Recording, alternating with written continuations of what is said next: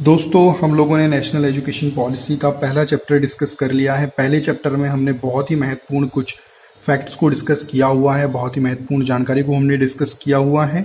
ये हमारा second video है उसी सीरीज का, और इस सीरीज में हम नेशनल एजुकेशन पॉलिसी क्यों आई, इसमें क्या क्या महत्वपूर्ण बातें हैं उनको डिस्कस करेंगे। पहले वीडियो में हमने कुछ बैकग्राउंड को डिस्कस किया था कि क्या कुछ बैकग्राउंड है नेशनल एजुकेशन पॉलिसी का, पहले कितनी नेशनल एजुकेशन पॉलिसी आ चुकी हैं, क्यों जरूरी है इनका आना, और ये क्या रोल प्ले करेंगी हमारी एजुकेशन में आने वाले समय में। तो सारी एजुकेशन पॉलिसीज के बारे में थोड़ी थोड़ी जानकारी हमने ली थी, किस तरीके से 1968 में जो है एजुकेशन पॉलिसी फर्स्ट आई थी, उसके बाद 86 में, और उसके बाद हमने बात की थी कि उसका 1992 में संशोधन हुआ, और इसके बाद 2020 में ये जो है एजुकेशन पॉलिसी आई हुई है। तो यहाँ पर हम ओवरऑल अगर बात करें तो यही डिस्कस करेंगे कि जो एजुकेशन पॉलिसी 2020 है, बेसिकली इसमें क्या कुछ मेन बातें हैं उनको डिस्कस हम यहाँ पर करने वाले हैं। तो देखिए, सबसे पहले हम यहाँ पर बात करेंगे कि why we need to change, modify और इम्प्रूव द एग्जिस्टिंग पॉलिसी। अगर हम बात करें एग्जिस्टिंग पॉलिसी की, जो हमारे पास पहले से पॉलिसी थी, हमें क्यों जरूरत पड़ी उनको चेंज करने की। तो यहाँ पर दोस्तों सबसे महत्वपूर्ण बात ये होती है कि ग्लोबलाइजेशन का दौर है। बात करें हम पूरा जो ग्लोब है, मतलब भारत जो है, यहाँ पर आप देख सकते हैं भारत स्थित है, और ग्लोबलाइजेशन के इस दौर में ज्ञान आधारित अर्थव्यवस्था की आवश्यकता है। मतलब जो अर्थव्यवस्था है वो ज्ञान आधारित बढ़ती जा रही है, पूरी वैश्विक अर्थव्यवस्था, और भारत को भी आवश्यकता है कि अपना जो एजुकेशन सिस्टम है उसको इस अर्थव्यवस्था के अनुरूप बनाया जाए। तो जो वैश्विक परिदृश्य बदल रहा है उसमें ज्ञान आधारित अर्थव्यवस्था की जो आवश्यकताएं हैं उसकी पूर्ति करने के लिए जो एग्जिस्टिंग एजुकेशनल सिस्टम है उसमें जो है चेंज की आवश्यकता पहले से ही महसूस की जा रही थी। जो वर्तमान में एजुकेशनल सिस्टम है उसमें चेंज की आवश्यकता पहले से ही महसूस की जा रही थी।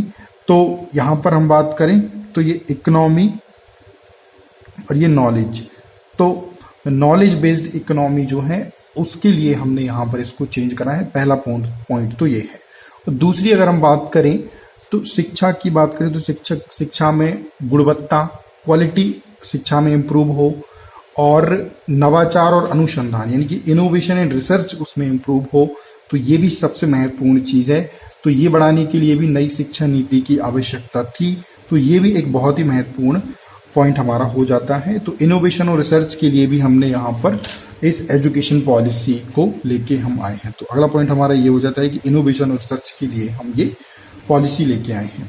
अब हम बात करते हैं आगे, तो ग्लोबल जो स्टैंडर्ड्स हैं, ग्लोबल स्टैंडर्ड्स को भी हमें प्राप्त करना है। तीसरा सबसे इंपॉर्टेंट फैक्ट यही है कि हमें ग्लोबल स्टैंडर्ड्स को, वैश्विक मानकों को अपनाना है, और वैश्विक मानकों को अपनाते हुए अपनी जो शिक्षा है उसको इस तरीके से मॉडिफाई करना है कि पूरे विश्व में हमारे शिक्षण संस्थान पहुंचे और पूरे विश्व से लोग हमारे यहाँ के शिक्षण संस्थानों में पढ़ने आए। ये सारी चीज़ें हम करना चाहते हैं, इसलिए हमने ये 3 बेसिक पॉइंट्स के आधार पर अपनी नई एजुकेशन पॉलिसी को मॉडिफाई किया है, इम्प्रूव किया है, या पूरा बनाया है नई एजुकेशन पॉलिसी को। तो ये जो है 2020 की नई शिक्षा नीति है उसके बारे में हम बात कर रहे हैं। तो यहाँ तक आप समझ पाए होंगे कि 3 बेसिक पॉइंट्स क्या क्या हैं, क्यों हमने इस पॉलिसी को हम लेके आए हैं, क्यों इसकी ज़रूरत है, आगे ये क्या हमें हेल्प करेगी, इन सारी चीज़ों के बारे में हमने यहाँ पर बात की। अब हम बात करते हैं नेशनल एजुकेशन पॉलिसी 2020 की, जो है ये देखिए यहाँ पर। तो शिक्षा की पहुंच बढ़ाने के लिए, पहुंच सभी तक पहुंच हो, शिक्षा की समता, मतलब सभी के लिए शिक्षा समान हो। ऐसा नहीं कि किसी को बहुत अच्छी एजुकेशन मिल रही है, किसी को बहुत ही बुरी क्वालिटी की एजुकेशन मिल रही है, और क्वालिटी जो है उसको बढ़ाने के लिए, शिक्षा की जो गुणवत्ता है वो एग्जिस्टिंग क्वालिटी है उसको इम्प्रूव करने के लिए, और शिक्षा की जो लोकप्रियता है उसको भी बढ़ाने के लिए हम ये नेशनल एजुकेशन पॉलिसी लाए हैं। और साथ ही उत्तरदायित्व जो है, उत्तरदायित्व का लोग अपने निर्वहन करें, उसमें उत्तरदायित्व जो इंस्टीट्यूशंस हैं वो अपने उत्तरदायित्व के प्रति जिम्मेदार हो पाएं, उनके लिए इस तरीके का रेगुलेशन फ्रेमवर्क बन जाए ताकि वो अपने उत्तरदायित्व से बच ना पाए। इस प्रकार की जो चीज़ें हैं वो हमने नेशनल एजुकेशन पॉलिसी में शामिल की हुई हैं। तो इस चीज़ को आपको ध्यान रखना है। दोस्तों, आगे हम बात करें तो ये जो है नई शिक्षा नीति आपकी, यहाँ पर मैं बात करूँ तो ये स्टेट और सेंटर जो है मिल के काम करेंगे, क्योंकि ये जो है कंकरेंट लिस्ट में आता है। एजुकेशन जो है ये कंकरेंट लिस्ट का लिस्ट की जो है दायित्व है। तो शिक्षा राज्य सूची का विषय है, राज्य का सब्जेक्ट भी है और सेंटर का सब्जेक्ट भी है। तो दोनों का सब्जेक्ट है, यानी दोनों का सब्जेक्ट है, तो ये कॉन्करेंट लिस्ट में आता है। पहले ये राज्य सूची का विषय था, 42nd अमेंडमेंट हुआ था 1976 में, तो उसमें ये चेंज हो गया था और उसके बाद ये जो है आपका कनकरेंट लिस्ट में शामिल हो गया। तो ये आपको यहाँ पर ध्यान में रखना है कि 42वें संविधान संशोधन अधिनियम है ना, तो ये सबसे महत्वपूर्ण आपको यहाँ पर ध्यान में रखना होगा। अब हम आगे बात करेंगे तो यहाँ पर देखिए, आपने पहले डिस्कस किया होगा कि केंद्रीय बजट का 6% खर्च करने की 1968 में बात की गई थी, लेकिन अगर हम बात करें तो 6% जो जीडीपी नेशनल इनकम होता है उसका 6% जो है ये 2020 की एजुकेशन पॉलिसी में गवर्नमेंट खर्च करने वाली है। 1968 की अगर हम बात करें जो एजुकेशन पॉलिसी आई थी उसमें केंद्रीय बजट का 6% इसमें खर्च करने की बात की गई थी। अब हम बात करें तो इसमें जो है ministry of human resource development जो है मानव संसाधन विकास मंत्रालय, इसका नाम चेंज कर दिया गया है मिनिस्ट्री ऑफ एजुकेशन। तो अब इसका जो नाम हो गया है वो मिनिस्ट्री ऑफ एजुकेशन हो गया है। इसका प्रस्ताव किया था जो सरकार ने अप्रूव कर दिया है और अब इसका नाम जो है मिनिस्ट्री ऑफ एजुकेशन हो गया है, चेंज हो गया है। तो ये बहुत ही महत्वपूर्ण यहाँ पर हमारे लिए जानकारी है। फिर हम आगे आ जाते हैं नेशनल एजुकेशन पॉलिसी के 4 मेन जो चीज़ों जिन भी सेगमेंट्स में ये चेंज हो रहे हैं उन पर हम लोग बात करेंगे। जो मुख्य बदलाव हो रहे हैं उन पर बात करेंगे। तो देखिए, एक तो प्रारंभिक शिक्षा में बदलाव हो रहा है, भाषाई विविधता को संरक्षण दिया जा रहा है, पाठ्यक्रम एवं मूल्यांकन संबंधी सुधार हो रहा है, शिक्षण व्यवस्था संबंधी सुधार हो रहे हैं। तो कुल मिला के 4 ये मुख्य सुधार इसमें हो रहे हैं। तो देखिए, खेल गतिविधि को अपनाया जा रहा है, प्रारंभिक जो शिक्षा है उसमें खेल गतिविधि को शामिल किया जा रहा है। तो खेल गतिविधि को शामिल करने से क्या होगा कि बच्चे खेल खेल में चीज़ों को सीखेंगे। बुनियादी संख्या ज्ञान जो है, बुनियादी साक्षरता जो है और संख्या ज्ञान है, उसके लिए एक राष्ट्रीय मिशन की स्थापना की मांग इस नीति में की गई है, जिसको सरकार पूरा करेगी। और ये जो है बहुत ही महत्वपूर्ण रहेगा, क्योंकि बुनियादी स्तर पर बच्चों को बहुत सारी चीज़ों का पता ही नहीं रहता है, उनकी एजुकेशन काफ़ी आगे तक पहुंच जाती है और बेसिक एजुकेशन उनकी ठीक नहीं होती है। फिर यहाँ पर हम बात करें तो प्रारंभिक शिक्षा में अगर हम बात करें तो मेन जो है वो 3 से 6 वर्ष की आयु होती है। तो 3 से 6 वर्ष की आयु को उन्होंने सबसे मुख्य और प्रारंभिक आयु के रूप में यहाँ पर डिफाइन किया है। और 3 से 6 वर्ष में जो शुरुआती एजुकेशन है वो किस तरीके से होगी, तो वो एजुकेशन होगी आपकी आंगनबाड़ी में, बाल वाटिका में, ठीक है, आंगनबाड़ी हुआ, बाल वाटिका हुआ, प्री स्कूल हुआ, इसके माध्यम से ये जो है 3 से 6 साल में बच्चा यहाँ पे अपना एजुकेशन लेगा। अभी तक आपने देखा था कि सरकारी में इस प्रकार का कोई सिस्टम नहीं था, सारे प्राइवेट सेक्टर में इस प्रकार के स्कूल आ गए थे जहाँ पर 3 से 6 साल में नर्सरी, KG1, KG2 वगैरह होता था। लेकिन यहाँ पर सरकार ने 3 से 6 वर्ष के बच्चों को आंगनबाड़ी, बाल वाटिका और प्री स्कूल में एजुकेशन देने का फैसला किया है। फिर 6 से 8 का जो अगला सेगमेंट है, इसमें जो है वो प्रारंभिक शिक्षा अपनी प्राप्त करेगा। प्रारंभिक जो विद्यालय होते हैं उनमें यहाँ पर वो अपनी अगली शिक्षा प्राप्त करेगा 6 से 8। तो यहाँ पर अगर हम बात करें तो प्रारंभिक बाल्यावस्था देखभाल और शिक्षा, early childhood care and education, ये इसकी 3 से 6 साल की उम्र में रहेगी। तो early childhood care and education, तो यहाँ पर सिर्फ एजुकेशन ही नहीं होगी, यहाँ पर प्रारंभिक बाल्यावस्था जो होती है, बाल्यावस्था भी अगर आप समझे तो 3 से 6 वर्ष की जो आयु है वो बाल्यावस्था, तो उस अवस्था में प्रारंभिक बाल्यावस्था जो है उसकी देखभाल भी होगी, केयर भी होगी। तो एजुकेशन के साथ साथ वहाँ पर केयर का काम भी किया जाएगा। 6 से 8 वर्ष की अगर हम बात करें तो 6 से 8 वर्ष जो अगला सेगमेंट है, इसमें आपके पहली और दूसरी जो क्लास है वो आपकी होगी। और इसमें अगर हम बात करें तो प्राइमरी एजुकेशन आपकी होगी, प्राइमरी स्कूल में एजुकेशन बच्चों की होगी। तो 2 सेगमेंट आपको याद रखना है, 3 से 8 साल, 3 से 6 साल में अगर हम बात करें तो 3 से 6 साल में early childhood care and education, 6 से 8 साल में क्लास 1 एंड क्लास 2। तो ये आपको चीज़ें ध्यान में रखना है।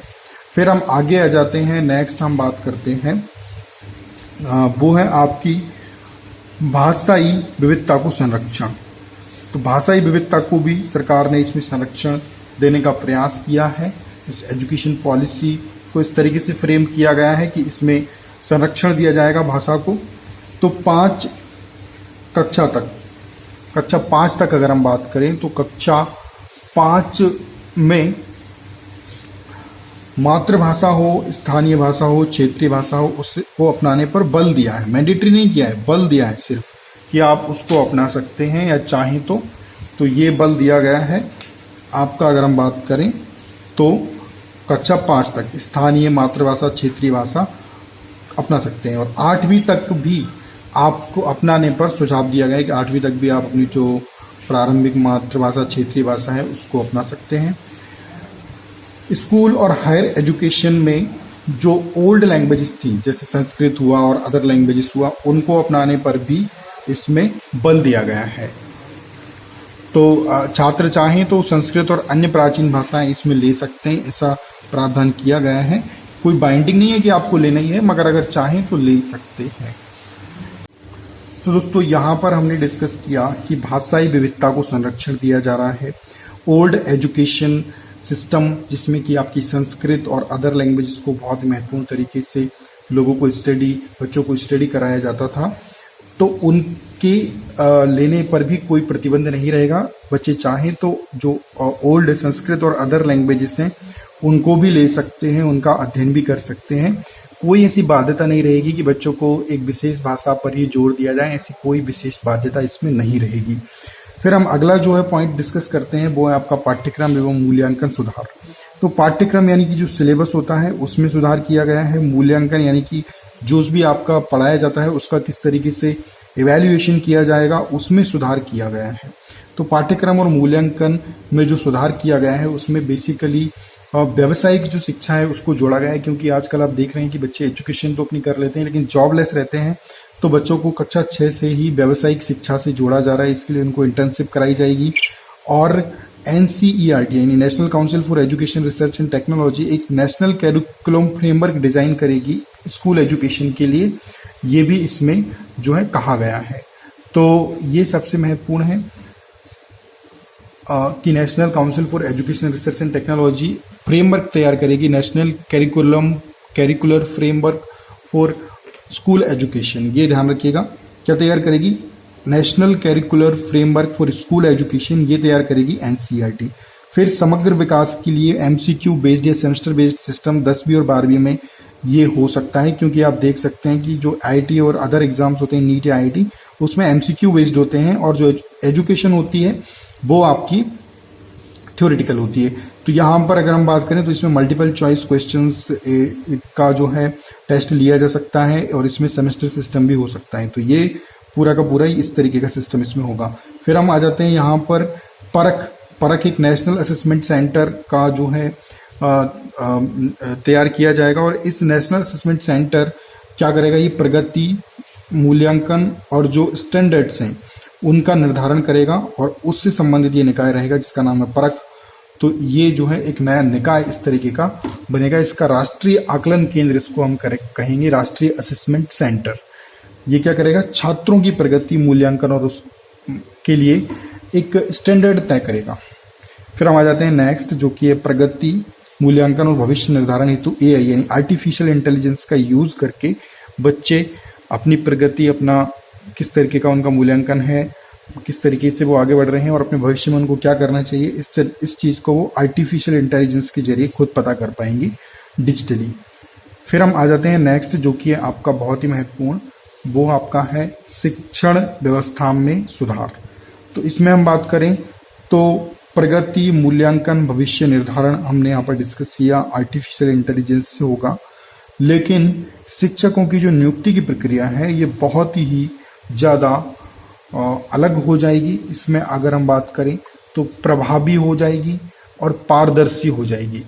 समय समय पर दिए गए कार्य प्रदर्शन के आकलन पर इनकी पदोन्नति की जा सकेगी। अगर कार्य अच्छा है तो ही पदोन्नति होगी, अदरवाइज नहीं होगी। ये इसमें एक बहुत ही महत्वपूर्ण आपका बिंदु है। NCTE की बात करें, national council for teacher education. देखिए NCTE national council for education research and technology है। NCTE की बात करें तो ये national council for teacher education है। ये एक अपना 2022 तक अगर हम बात करें तो 2022 तक ये जो है national curriculum framework for teacher education, यानी कि NPST, national curriculum framework for teacher education, NCFTE, ये गलत लिखा गया, NCFTE, इसको 2022 तक तैयार करेगी कौन? National council for teacher education. National curriculum framework for teacher education 2022 तक ये तैयार करेगी। और यहाँ पर अगर हम बात करें तो शिक्षकों के लिए राष्ट्रीय व्यावसायिक मानक, national professional standards for teachers का भी विकास करेगा। NCTE 2022 तक ही, तो दोस्तों यहाँ पर थोड़ी सी एक मिस्टेक हो गई है, 2022 तक तो ये नेशनल करिकुलम 2022 तक अगर हम बात करें तो ये करेगा NC, जो हमने पहले लिखा था वही सही था, NPST यानी national professional standard for teachers, तो ये इसका विकास करेगा 2022 तक, national professional standards for teacher. और NCTE, इसका कोई डेट तय नहीं है, मतलब इसका कोई ईयर तय नहीं हुआ है, लेकिन ये जो है national curriculum framework for teacher education, इसका विकास किया जाएगा इसके द्वारा। तो ये यहाँ पर ध्यान रखिएगा। 2030 तक 4 ईयर इंटीग्रेटेड BEd अनिवार्य हो जाएगा आपको एजुकेशन में करियर बनाने के लिए। तो ये कुछ हमने यहाँ पर इम्पोर्टेंट यहाँ पर आपके देखे। तो सबसे पहले हमने why we need to change, modify, improve, innovation research के लिए, जो नॉलेज बेस्ड इकोनॉमी है उसके लिए, ग्लोबल स्टैंडर्ड्स को मीटअप करने के लिए किस तरीके से हमने यहाँ पर बात कर रहे हैं, नेम चेंज जो हुआ है, किस किस तरीके से स्टेट और सेंटर यहाँ पर काम करेंगे, कितना जो GDP का खर्च करेंगे हम डिस्कस किया हमने। बुनियादी संख्या ज्ञान के लिए राष्ट्रीय मिशन किस तरीके से होगा, और यहाँ पर अगर हम बात करें तो किस तरीके से 3 से 6 और 6 से 8 साल की आयु में बच्चों को एजुकेशन होगी, और भाषाई विविधता, पाठ्यक्रम मूल्यांकन और शिक्षण व्यवस्था से संबंधित सुधार, ये सारी चीज़ें हमने यहाँ पर डिस्कस की हुई हैं। अब हम आ जाते हैं नेक्स्ट हायर एजुकेशन की बात करते हैं। तो हायर एजुकेशन में दोस्तों, हायर एजुकेशन में ग्रॉस एनरोलमेंट रेशियो जिसे हम बोलते हैं, ग्रॉस एनरोलमेंट रेशियो जो होता है जिसे हम बोलते हैं सकल नामांकन अनुपात। तो सकल नामांकन अनुपात जो कि 2018 में 26.3% था, उसको 50% तक बढ़ाने का लक्ष्य रखा गया है। अब ये कब तक के लिए है ये नहीं दिया गया है, 50% तक का लक्ष्य रखा गया है। 3.5 करोड़ न्यू सीट्स जो है उनका जोड़ा जाएगा उनको, जिससे कि इसको प्राप्त किया जा सके। ग्रेजुएट कोर्स में मल्टीपल एग्जिट और मल्टीपल एंट्री होगा, मतलब आप ग्रेजुएट में मल्टीपल टाइम आप एग्जिट कर सकते हो, मल्टीपल टाइम आप उसमें एंट्री तो आप लोगे ही लोगे, मल्टीपल टाइम आप एग्जिट कर सकते हो, मल्टीपल कोर्सेज में जाके एंट्री ले सकते हो। तो आप किसी संस्था से अगर आपने सर्टिफिकेट किया, आप एग्जिट करके जाओगे और दूसरी संस्था से आपको एडवांस डिप्लोमा भी मिल सकता है, या आप अगर 1 साल आपने कंप्लीट किया तो आपको सर्टिफिकेट, दूसरी साल आपने कंप्लीट किया आपको एडवांस डिप्लोमा, तीसरे वर्ष में आपको ग्रेजुएट की डिग्री मिल जाएगी, चौथे वर्ष में आप अगर कंप्लीट करके आते हैं तो आपको डिग्री, रिसर्च के साथ आपको डिग्री मिलेगी, यानी कि PhD के साथ आपको डिग्री मिल जाएगी। इस तरीके का ये सिस्टम जो है डेवलप हो रहा है। फिर हम आ जाते हैं आगे, higher education institute. Higher education institute जो है ये एक डिजिटली एकेडमिक बैंक्स का अपना एक जो तैयार करेंगे, जिसमें क्रेडिट्स को डिजिटली सेव किया जाएगा। जो भी क्रेडिट्स होते हैं उनको डिजिटली सेव किया जाएगा और इन क्रेडिट्स को एकेडमिक बैंक में सुरक्षित रखा जाएगा, जिससे अलग अलग जो इंस्टीट्यूशंस हैं वो छात्रों को डिग्री प्रदान कर पाएंगे। तो ये भी एक बहुत ही महत्वपूर्ण सिस्टम है डिजिटल। और यहाँ पर बात करें तो एमफिल को ये कम्प्लीटली इन्होंने बंद कर दिया है। एमफिल यहाँ पर अब जो है नहीं होगा। दोस्तों आगे हम बात करें तो भारत उच्च शिक्षा आयोग, एक आयोग भी बनाया जाएगा जिसका नाम होगा national higher education commission of India. ठीक है, higher education commission of India का गठन किया जाएगा उच्च शिक्षा क्षेत्र में एकल निकाय। लेकिन इसमें 2 चीज़ों को इसमें बाहर किया गया है। एक तो मेडिकल एजुकेशन, इसके लिए already medical council of India है, और लॉ एजुकेशन। तो इन दोनों के लिए अलग से निकाय हैं, इसलिए इन दोनों को शामिल नहीं किया गया। मेडिकल और लॉ एजुकेशन को इससे बाहर रखा गया है। तो उच्च शिक्षा का एक एकल निकाय जो है स्थापित किया जाएगा। इस एकल निकाय को भारत उच्च शिक्षा आयोग नाम दिया गया है, higher education commission of India. ये क्या क्या करेगा? ये रेगुलेशन करेगा, विनियमन करेगा, प्रत्यायन यानी एक्रेडिशन यानी मान्यता करेगा, वित्त पोषण यानी कि ग्रांट्स देगा, जैसे यूजीसी ग्रांट्स देती है तो ग्रांट्स का काम करेगा, मानक निर्धारण यानी कि स्टैंडर्ड्स तय करेगा। तो इस तरीके से यहाँ पर आप देख सकते हैं कि 4 महत्वपूर्ण अलग अलग संस्थाओं का जो है स्थापना किया जाएगा। तो यहाँ पर पहली जो संस्था होगी उसका नाम है national higher education regulatory council. तो ये जो पहली संस्था है इसका नाम है national higher education regulatory council. ये जो है विनियमन का काम करेगी, मतलब रेगुलेशन का काम करेगी, national higher education regulatory council. अगला है नेशनल एक्रेडिशन काउंसिल, ये बिल्कुल चालू अभी हो भी गई है और ये मान्यता देने का काम करेगी। वित्त पोषण के लिए हायर एजुकेशन ग्रांट्स कमीशन, इसकी स्थापना होगी। और मानक निर्धारण के लिए अगर हम बात करें तो इसके लिए जनरल एजुकेशन काउंसिल जीईसी, इसका जो है गठन किया जाएगा। तो यहाँ पर आगे बात करें तो जैसे आईआईटी है, आईआईएम है, उनकी ही जैसा मल्टीडिसिप्लिनरी एजुकेशन रिसर्च यूनिवर्सिटीज की स्थापना की जाएगी, यानी कि मल्टीडिसिप्लिनरी एजुकेशन रिसर्च इंस्टीट्यूट्स की भी स्थापना की जाएगी। तो इस तरीके से ये भारत उच्च शिक्षा आयोग अपना काम करेगा। अब हम थोड़ी कुछ महत्वपूर्ण चुनौतियों की बात करते हैं इस पॉलिसी को लागू करने के लिए। देखिए, सबसे पहली महंगी शिक्षा हो सकती है, इससे मतलब ऐसी विचार किया जा रहा है, श्योर नहीं लेकिन हो सकती है, इससे महंगी शिक्षा हो जाएगी। शिक्षक पलायन भी इसमें पॉसिबल हो सकता है, क्योंकि इसमें कुछ अलग अलग इंस्टीट्यूट्स भी बाहर से आ सकते हैं, आएंगे। तो शिक्षक जो है वो उन इंस्टीट्यूट्स में, क्योंकि उनको सैलरी वहाँ पर अच्छी मिलेगी तो वहाँ पर पलायन कर सकते हैं। सांस्कृतिकरण का आरोप लगता है गवर्नमेंट पर, क्योंकि इसमें जो है कुछ लगाते हैं कि संसद का आपने वो नहीं लिया है इसमें अनुमति, और त्रिभाषा फॉर्मूला जो जिस तरीके से जो भाषा का फॉर्मूला लागू किया जा रहा है उस पर ये आरोप लग रहा है। संसद की अनुमति नहीं ली है, ये कहना है अलग अलग विपक्षी दलों का। और मानव संसाधन का अभाव हो सकता है, क्योंकि भारत के पास पर्याप्त मात्रा में अच्छे शिक्षकों का अभाव अभी भी है।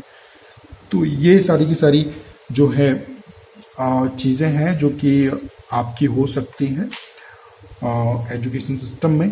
तो इस वीडियो को देखने के लिए आपका बहुत बहुत धन्यवाद। ये हमारा सेकंड वीडियो था नेशनल एजुकेशन पॉलिसी 2020 को लेके। तो हमने नेशनल एजुकेशन पॉलिसी 2020 के 2 वीडियोस अभी हमने डिस्कस किए हुए हैं, पुराने कुछ वीडियोस हैं, आप उनको भी देख सकते हैं। अब हमारा रियली में एजुकेशन पॉलिसी 2020 का विस्तार से अध्ययन शुरू होगा। अभी तक हमने सिर्फ मेन पॉइंट्स डिस्कस किए हैं, एनईपी 2020 के जो मेन मुद्दे हैं उन पर बात की है। विस्तार से चूंकि अलग अलग कॉम्पिटेटिव एग्जाम्स में उसके अंदर से बातें आएंगी, विस्तार से उसके बारे में जानकारी पूछी जा सकती है, तो उस पर हम लोग नेक्स्ट वीडियोस में डिस्कस करेंगे। इस वीडियो देखने के लिए बहुत धन्यवाद। Thank you very much.